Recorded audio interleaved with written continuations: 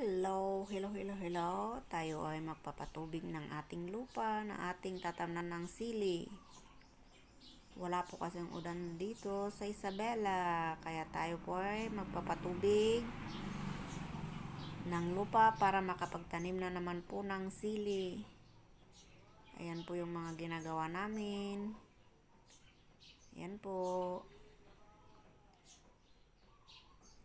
Yan naman po ang aking asawa, nagtatanim ng sili. Sinubukan po yung ganyang tips kung maganda.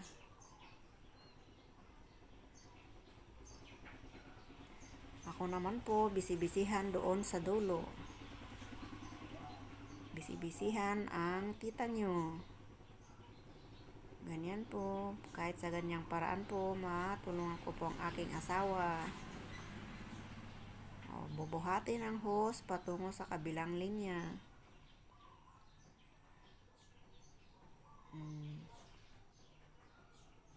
Natulungan ko po siya sa ganyang gawain. Madali lang naman po.